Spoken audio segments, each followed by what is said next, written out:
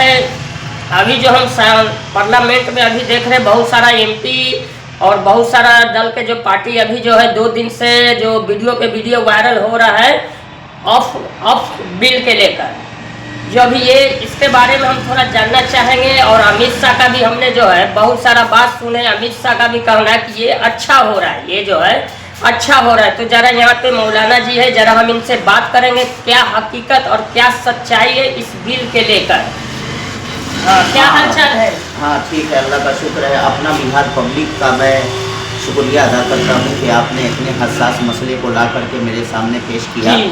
मैं ये कहना चाहता हूँ कि अभी जो कुछ दिन पहले जी लोकसभा में और उसके कल होकर के राज्यसभा में, हाँ दोनों जगह से ये काला कानून पास कर दिया मोदी सरकार ने। जी मोदी सरकार की फितरत रही है, ये काम वो काम उनको ज़्यादा पसंद रहता है जिससे मुसलमानों के दिल को तकलीफ पहुँचे। जी मुसलमानों की जिल्लत और रुसवाई, जिस चीज़ से मुसलमानों को तकलीफ हो वो उस काम के करने में मोदी साहब को और मोदी साहब के लीडरों को बहुत मज़ा आता है। जी ये कानून सरासर खिलाफ है हमारी शरीयत के।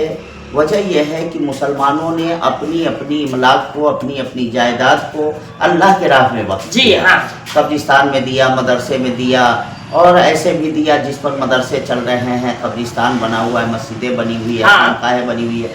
मोदी सरकार ये कानून लाकर उसकी ख्वाहिश है कि मुसलमानों के इस जायदाद को नाजायज़ तरीके से हड़प लिया जाए जी, और बाज़ाब्ता उसके लिए बाबा साहब भीमराव अंबेडकर के बनाए हुए कानून की धज्जी उड़ाने का काम होता है जी।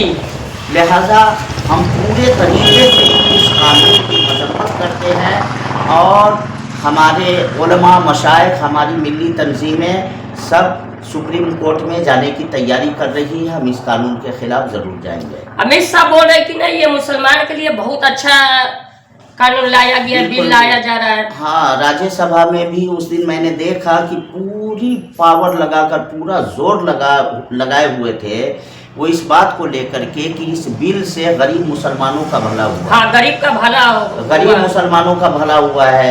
इसी को कहा जाता है कि जख्म देना और उस पर नमक छिड़कना। जी, ये मरहम लगाने के बजाय उस पर नमक छिड़क रहे हैं।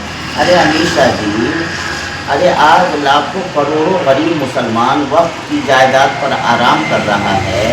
जिस मकान का किराया 20,000 होनी चाहिए, आज गरीब मुसलमान 150 रुपया महीना किराया अदा करके वक्त की जायदाद में रह रहा है। हमारे निगाहों में बहुत सारी ऐसी इमारतें हैं, मैं खुद जानता हूँ जी, जो इमारत पटना जैसे शहर में है, इलाहाबाद जैसे शहर में है, वक्त की जायदाद जिसका किराया कम से कम 1 लाख रुपया माहाना होनी चाहिए जी, लेकिन आज 50 रुपया माहाना पर उसमें लोग मदरसा चला रहे हैं, लोग उसमें स्कूल चला रहे हैं। ये आसानियां मुसलमानों के लिए फराहम हुई है और आप कह रहे हैं गरीब मुसलमानों का भला हुआ है। आज वो गरीब आदमी जो फायदा उठा रहा है जी, जो जिसका किराया 20,000 होनी चाहिए, आज 100 रुपया अदा करके वो लोग जो है उस मकान में रह रहे। कल आप अपने बनाए हुए काला कानून के जरिए आप बाई फोर्स जो है उसको मकान खाली करवा करके अब 20,000 के बजाय 50,000 वसूली करवाएंगे। 50,000 वसूली करवाएंगे? हाँ बिल्कुल, आप करवाएंगे। यही बात तो आपको खल रही है कि गरीब आदमी इतने सस्ते मकान में कैसे रह रहा है।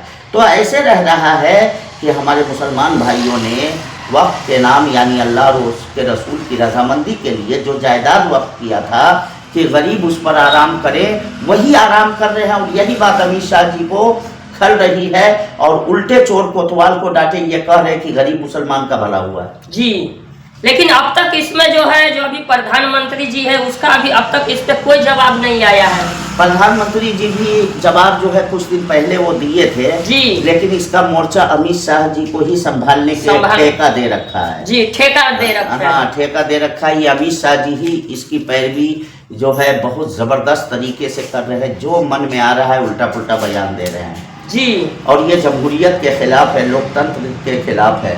और ये भी सिर्फ नफरत की बीज बोने के लिए लाया गया है। लेकिन हम कह देते हैं, तलाक़ सलासा का मामला आया था, हमने सब्र कर लिया। हमारी बाबरी मस्जिद को छीन लिया गया, हमने सब्र कर लिया। एनआरसी का कानून लाया गया, सीएए लाया गया, हमने सब्र कर लिया। लेकिन अब हमारे लेकिन भाजपा के जो नेता है अमित शाह और बड़े बड़े जो नेता है, ये ऐसा उल्टा काम क्यों करते हैं? इनको अच्छा काम करने का कोई तरीका नहीं है, इनके पास कुछ अकल नहीं अच्छा काम करने के लिए। लेकिन मुस्लिम के पीछे ये पड़े हुए तरह तरह का कानून लाते हैं। अरे वोट की राजनीति करना इनका मकसद है भाई। ये वोट की राजनीति कर रहे हैं, नफरत फैला करके। जो अभी लोकसभा में इनको जो है भारी गिरावट आई है इनके बहुमत में जी, तो इससे ये खिसियाने हुए हैं। अच्छा। राम मंदिर का मसला लाया था, इन्होंने सोचा था कि पूरे हिंदुस्तान का हिंदू जो है हमको उलट करके वोट दे देगा। लेकिन अफसोस बिल्कुल जहां इन्होंने राम मंदिर बनाया, वही की पब्लिक ने, वही की जनता ने, हमारे हिंदू भाइयों ने इन लोगों को नाको चने चबवा दिया।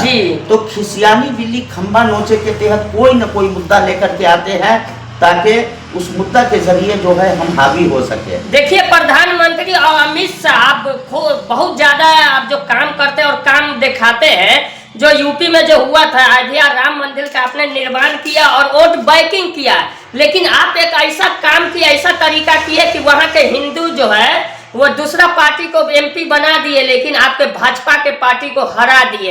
ये शर्म वाली बात है। अगर अच्छा काम किए रहते तो आज आपके राम मंदिर पे वहाँ के लोग जो है अयोध्या के वोट देते। तो क्या वहाँ मतलब दूसरा पार्टी एमपी बना ना? हाँ, वो मुलायम सिंह जी यादव साइकिल छाप से जो है एमपी बना है वहाँ का जी। ये तो बहुत बड़ा पैगाम है। बनारस में भी चुनाव जो है, वाराणसी का चुनाव पिछली बार इलेक्शन में 5 लाख प्लस से मोदी जी जीते थे जी। और वो खिसक कर अब 1.5 लाख पर आ गया, यानी 3.5 लाख से ज्यादा वोटों की गिरावट। मतलब ये भाजपा के नेता को जो है खुजली मच गई हुई है। हाँ। इससे लेकर जो है मुस्लिम के पीछे पड़ के तरह तरह का जो है वो काम करते हैं ना। ताकि मुसलमानों को परेशान करेंगे तो हमारा कट्टरपंथी हिंदू वोट जो है वो यकजा होगा। लेकिन नहीं, अब हिंदुस्तान के लोग, हमारे बिरादरान वतन, हमारे हिंदू भाई भी समझ चुके हैं कि ये नफरत की राजनीति कर रहा है और इसके नफरत में नहीं आना। अभी हमने परिहार में सर्वे किया था, कुछ हिंदू भाइयों बोले हैं कि बहुत अच्छा हुआ है, बहुत खुशखबरी भाजपा के नेता मोदी जी दिए हैं, अमित शाह दिए हैं। और वो जहाँ जमीन है बिल का जहाँ जमीन है वहाँ बनना चाहिए हॉस्पिटल, वहाँ बनना चाहिए यूनिवर्सिटी, वहाँ बनना चाहिए गरीब का। क्या अभी जो यूनिवर्सिटी बना हुआ है, अभी जो हॉस्पिटल बना हुआ है, क्या ये मोदी जी और अमित शाह को जो इसके ऊपर नजर नहीं है? अरे बिल्कुल, बस यही उनको समझ में नहीं आता है। मुसलमानों ने अपनी जायदाद को वक्फ किया था। अलीगढ़ मुस्लिम यूनिवर्सिटी चल रही है जी, जो दुनिया की बहुत बड़ी यूनिवर्सिटियों में शुमार की जाती है, बड़ी बड़ी यूनिवर्सिटियों में उसका शुमार होता है। और आज हिंदुस्तान को जितना IAS ऑफिसर जो है अलीगढ़ यूनिवर्सिटी ने दिया है, उतना किसी यूनिवर्सिटी ने नहीं दिया। बड़े बड़े डॉक्टर्स पैदा किए, बड़े बड़े साइंटिस्ट पैदा किए, लेकिन उसको 90 करोड़ रुपया जो है सालाना इमदाद दिया जाता था, उसको काट करके 5 करोड़ पे लाके खड़ा कर दिया। यानी कहने का मतलब इतनी गिरावट, वो भी तो वक्फ की इमलाक पर जो है अलीगढ़ यूनिवर्सिटी बनी हुई है। तो क्या ये लोगों के पास आँख नहीं देखने के लिए और इस तरह की उल्टी पुल्टी बातें करते हैं? इसीलिए हमने फैसला लिया। अपनी बातों को मैं खत्म कर रहा हूँ, वीडियो लंबा हो रहा है। जी, अभी देखे हैं कि ये बिहार में आए हैं बागेश्वर बाबा धाम, वो बोल रहे कि हम सनातन पूरा बना देंगे हिंदुस्तान को। अरे वो इस तरह की बातें करते भाई। यहाँ की आवाम जो है पूरी तरह होशियार हो चुकी है। ये बागेश्वर बाबा जो हैं ये RSS के इशारे पर काम कर रहे हैं और हिंदुस्तान की पब्लिक समझ चुकी है, चाहे वो हिंदू हो या मुसलमान। हमें उसके बौखलाने में नहीं आना है, बहकावे में नहीं आना है। हम जिस तरीके से गंगो जमनी तहजीब के साथ भाईचारगी बना करके रखे हुए थे, उसी तरीके से हम रखे रहेंगे जी। और एक मैं आपके इस चैनल के ज़रिए ऐलान करना चाहता हूं कि 9 मई को दिन में 1 बजे से हमने एहतजाजी नशिस्त का प्रोग्राम परिहार हाई स्कूल में रखा है जी। मैं अपील करता हूं आपकी वीडियो जहां तक जाए, मैं अपने बिरादरान वतन से और अपने इस्लामी भाइयों से भी कि आप लोग ज़्यादा से ज़्यादा तादाद में 9 अप्रैल सन 2025 ईस्वी बरोज़ बुध 1 बजे दिन से आप तशरीफ़ लाए परिहार में, हमारे एहतजाजी नशिस्त में शिरकत करें और भारत सरकार के इस काला कानून के खिलाफ अपना एहतजाज बुलंद करें। अस्सलामु अलैकुम व रहमतुल्लाह। अल्लाह हाफिज़। तो चलिए यहाँ अमित शाह से और मोदी जी से अनुरोध करते हैं कि आपने जो काला कानून और संविधान का जो है धज्जियां उड़ा रहे, संविधान का जो है डॉक्टर अंबेडकर जी जो लिख कर गए हैं उसी संविधान के लेकर जो है पूरा भारत चल रहा है, लेकिन आप उनका धज्जियां उड़ा रहे हैं। तो अब लग रहा है कि इस बिल पे हम आगे देखेंगे कि सुप्रीम कोर्ट क्या आवाज उठाते हैं, हाई कोर्ट क्या आवाज उठाते हैं। फिर हम मिलेंगे अगले वीडियो के माध्यम से। जय हिंद, जय भारत।